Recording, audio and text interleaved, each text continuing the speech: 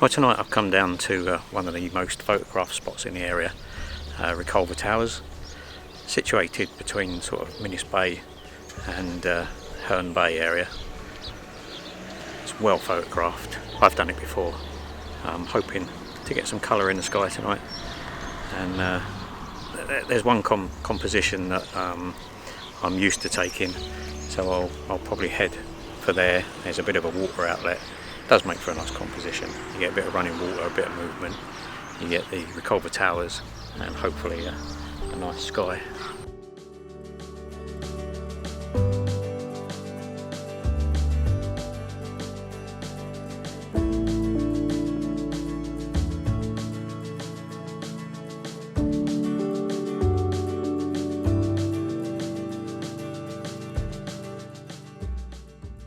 This is the Reculver Towers. It dominates the skyline in the Herne Bay area.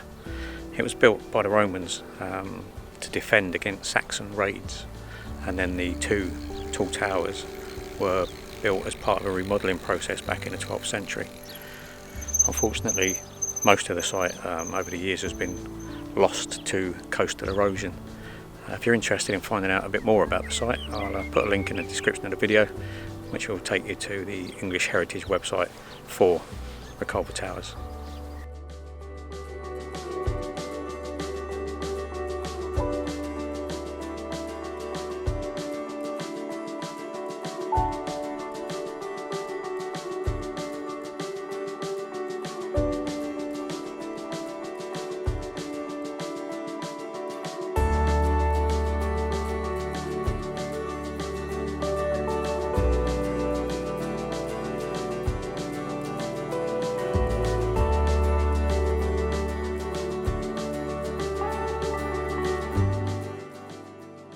Time is now just after 8:15, and I've made my way down onto the beach.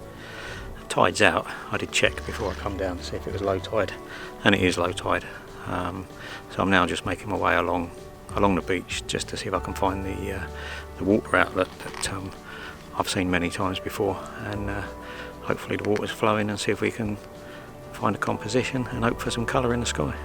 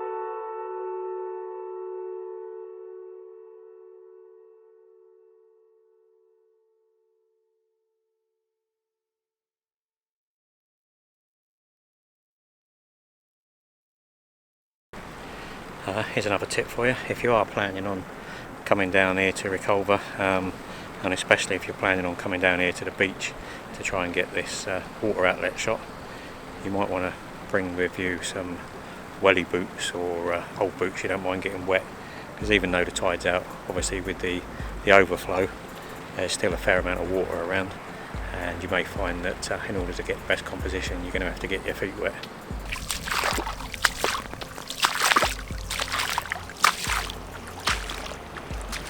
Well, I'm more or less ready and set up. The problem I've got here with this composition is what lens to use. If I go wide, with like the widest I've got with me is a 17mm lens on a full frame camera, it's quite a wide shot. Now this scene itself here is quite nice. The problem is, as I pan around here, you'll notice this marker. Now, trying to eliminate that from the composition is proving quite difficult. I would imagine it would be fairly easy to remove in post, but we'll have a look and see what else we can get.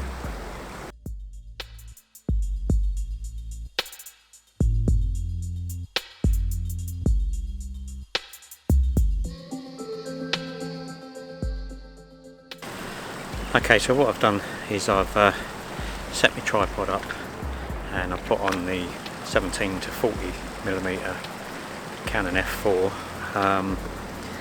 and what I've done is I'm quite low to the ground to try and keep this water from the outlet in the shot, and the outlet as well as Reculver towers, just about here. Now I think the settings were f14 I was at for 0.5 seconds at ISO 100, and that was using a 0.9 soft grad just to bring down the sky, because as you can see here the sky is very bright in this area.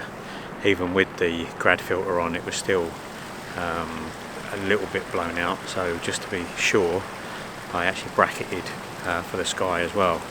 So I took the first image mainly concentrating on the foreground, and then the second image I took for the sky, just in case I can't bring back any detail in the sky in post. I've always got the second image to kind of bring back and overlay it in post, and I'll put the image up on the screen now, and I'll let you know which one it was, whether it had to be overlaid or whether I managed to get it out of a single image.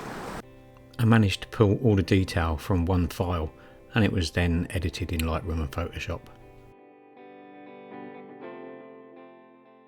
This one now is exactly the same composition, but what I've done was I dropped in a Lee little stopper, a 6-stop ND filter, just to extend the shutter speed.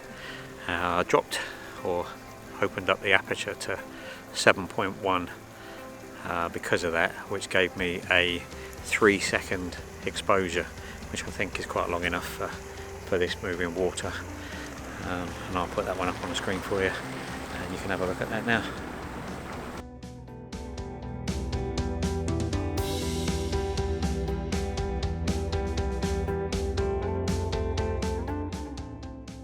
What are we now? We're probably about 15-20 minutes away from sunset, and as you can see there's big banks of cloud really. I'm not sure we're going to get a decent sunset tonight. I think it's just going to be snuffed out by all that cloud there on the horizon. But we'll hang around, we'll keep trying.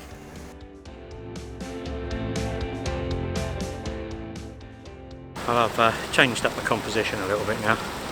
I've got closer to the outlet and got a little bit lower with the tripod. I still kept on the soft grad, and I'm managing to get I can't remember what it is now, it's 1 second, couple of seconds. Yeah, I'm at f18 ISO 100 for 1.6 seconds, and I think it's coming out quite nice. It's starting to get the water streaking quite nicely, using that as kind of a leading line to lead you into the frame, and it kind of leads you up through here into the outlet and up into the towers itself. As you can see, the sky is still very, very bright, not a lot of colour, and I'm now just discovering that my boots that I was talking about earlier on are not quite as waterproof as I thought.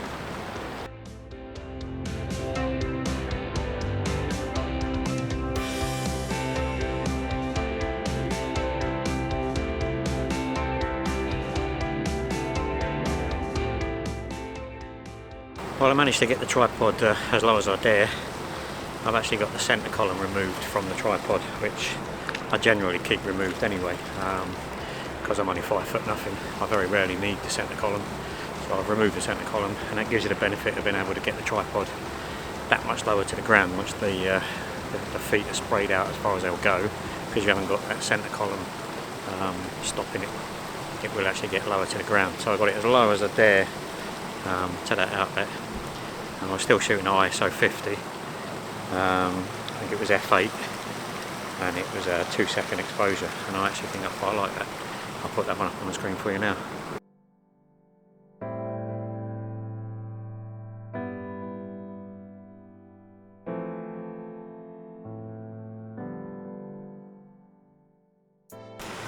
Well, it's 9:15. Sun is due to set any time now, but as you can see, just here where the sun is actually setting, there's a massive bank of cloud, and I don't think you're actually going to get any colour in the sky, not even once it's dipped down below the horizon. So being as I've got to get up at 3:30 in the morning for work, I think I'm going to call that a day and make my way back to the car. So thanks very much for watching. I hope you liked it. If you've got any questions, then please leave them in the comments below, and I'd much appreciate it if you subscribed and hit the bell. That would help me out a lot. Thanks very much for your time, and I'll see you again soon.